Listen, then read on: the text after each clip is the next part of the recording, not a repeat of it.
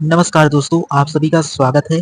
इसमें हम आपको इम्पोर्टेंट दिवस के बारे में बहुत ईज़िली एक्सप्लेन करेंगे और सभी के एग्ज़ाम के पॉइंट ऑफ से क्लास इम्पोर्टेंट है क्योंकि हर एक एग्ज़ाम में देखेंगे तो दिवस से संबंधित क्वेश्चंस बनते हैं। तो उन्हीं के बारे में आज आपको डिटेल में डिस्कस करते हैं। तो शुरू करते हैं आज का इम्पोर्टेंट किस तरीके से इम्पोर्टेंट जो दिवस हैं आपके एग्ज़ाम में बनते हैं, उनके बारे में आपको प्रॉपर एक्सप्लेन करते हैं। बस फोकस अपना सामने रखना, बहुत आसानी से आप 12 जो आपके महीने होते हैं उनके इम्पोर्टेंट दिवस के बारे में आपको प्रॉपर समझ हो जाएगा।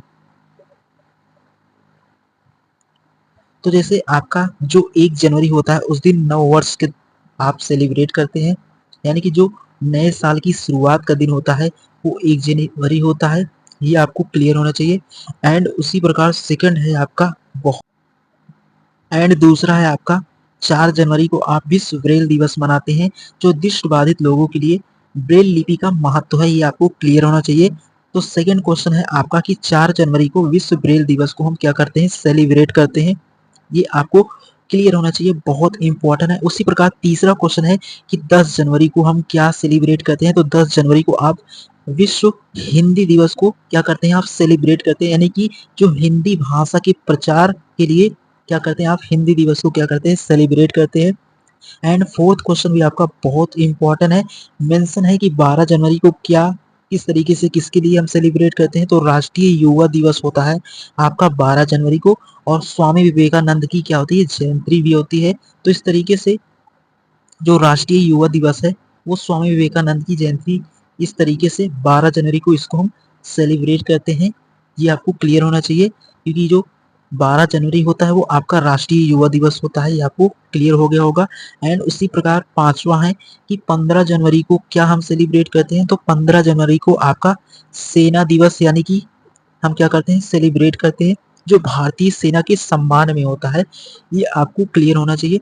एंड उसी प्रकार 6 है कि 24 जनवरी को क्या सेलिब्रेट करते हैं। तो राष्ट्रीय बालिका दिवस क्या करते हैं, सेलिब्रेट करते हैं, क्योंकि बालिकाओं के अधिकार व शिक्षा के लिए हम 24 जनवरी को राष्ट्रीय बालिका दिवस को सेलिब्रेट करते हैं, ये आपको क्लियर होना चाहिए।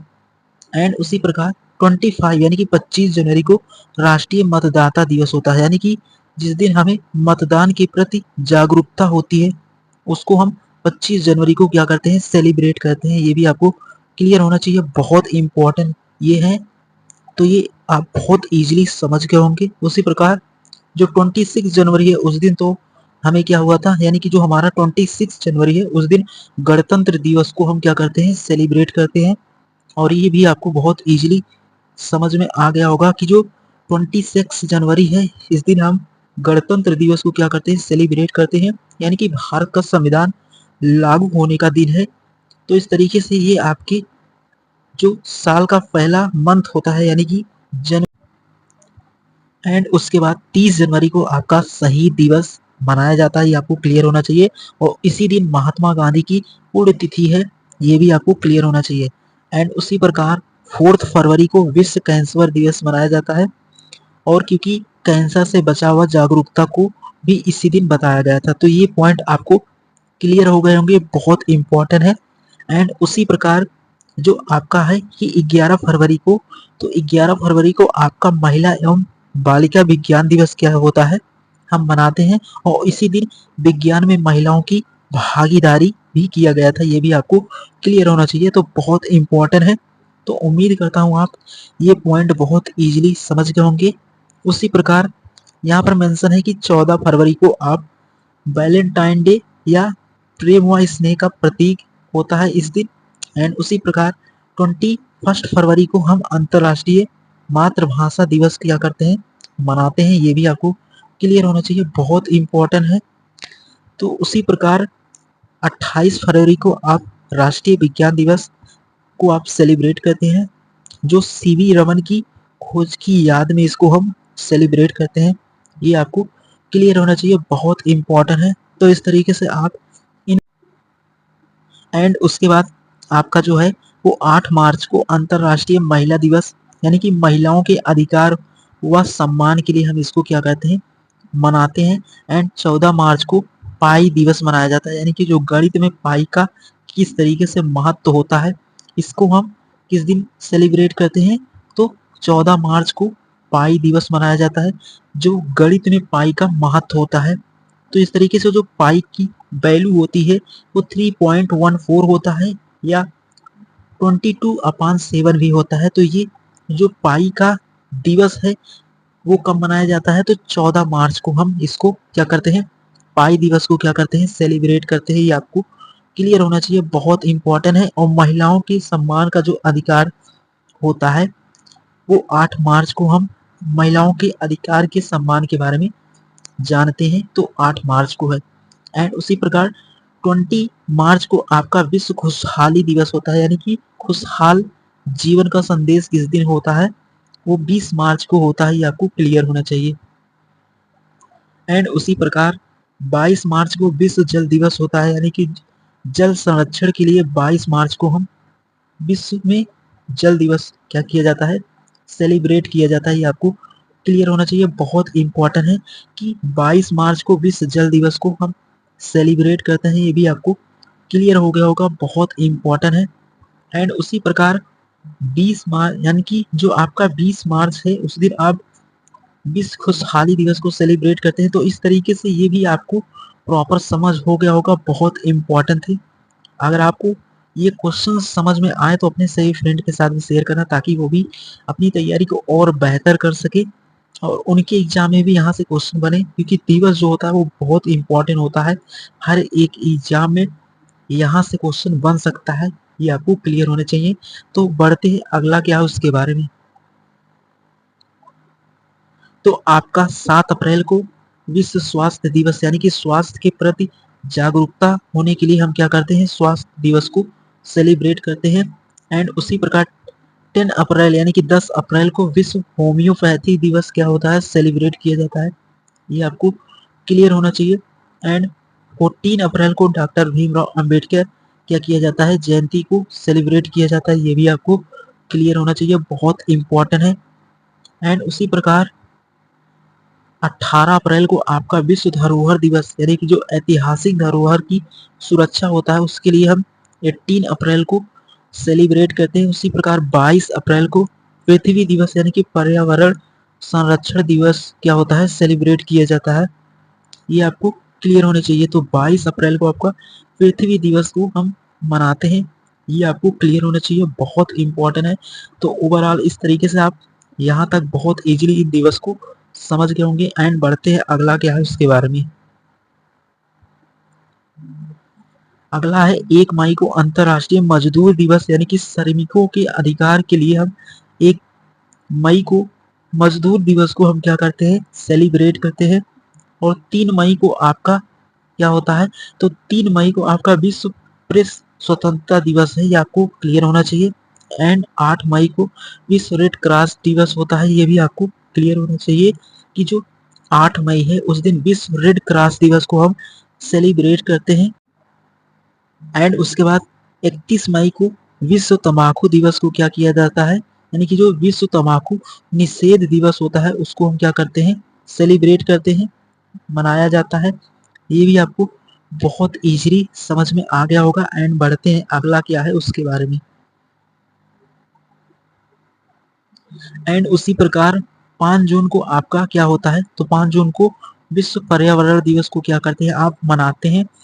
एंड उसी प्रकार 14 जून को विश्व रक्तदाता दिवस होता है। एंड उसी प्रकार 21 जून को आपका अंतरराष्ट्रीय योगा दिवस होता है, ये आपको क्लियर होना चाहिए। तो ओवरऑल इस तरीके से आप ये भी समझ गए होंगे। एंड 26 जून को आपका जो होता है वो भी बहुत इंपॉर्टेंट है। तो 26 जून को आपका नशा विरोधी दिवस होता है, ये आपको क्लियर होना चाहिए। एंड उसी प्रकार अगला है आपका बहुत इंपॉर्टेंट है, तो अगला क्या है उसके बारे में आपको समझना होगा। तो अगला 1 जुलाई को आप क्या करते हैं, राष्ट्रीय डॉक्टर दिवस को क्या करते हैं, सेलिब्रेट करते हैं। एंड 11 जुलाई को विश्व जनसंख्या दिवस क्या करते हैं, क्या होता है आपका विश्व जनसंख्या दिवस। एंड उसी प्रकार 28 जुलाई को होता है विश्व हेपेटाइटिस दिवस, हम क्या करते हैं, मनाते हैं। ये आपको क्लियर हो गए होंगे कि आपके जो जुलाई में दिवस को हम सेलिब्रेट करते हैं वो इस तरीके से। एंड बढ़ते हैं अगला क्या है उसके बारे में।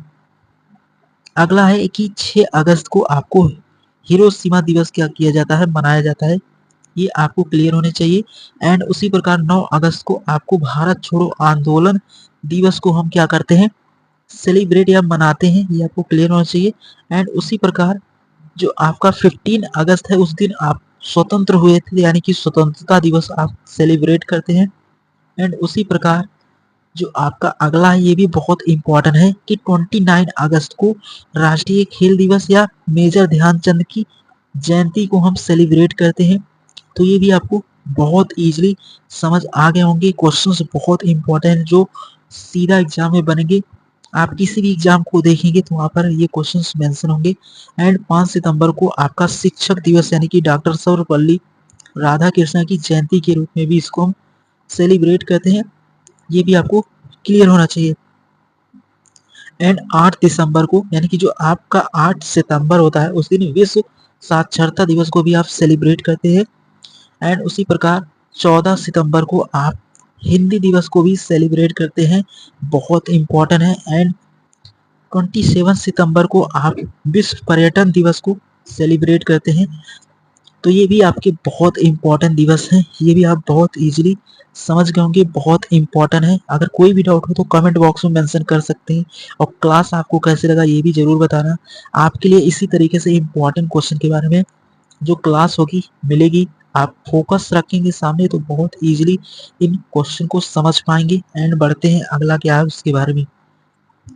उसी प्रकार 1 अक्टूबर को अंतरराष्ट्रीय वृद्धाजन दिवस को हम क्या करते हैं, मनाते हैं, ये आपको क्लियर होना चाहिए।